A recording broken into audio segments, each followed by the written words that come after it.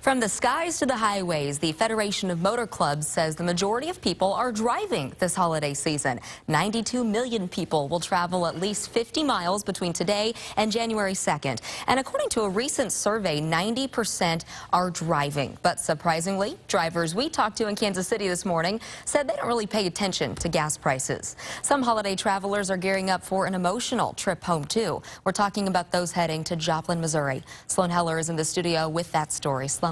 Good morning, Lindsay. You know, I was over at Quick Trip. I was doing this story about gas prices, and I ended up meeting a man. He was heading home to Joplin. That's where he's from. Kevin Lee grew up there.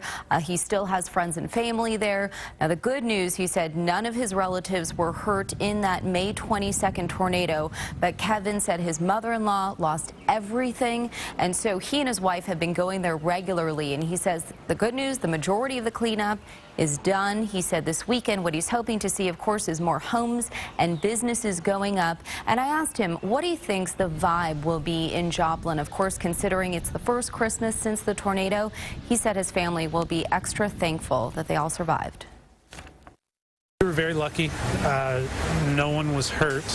My mother-in-law lost her house and her job and her car and pretty much everything, but was completely uninjured. So, I mean, we know we're very lucky in that respect, and really, we've got a pretty tight family.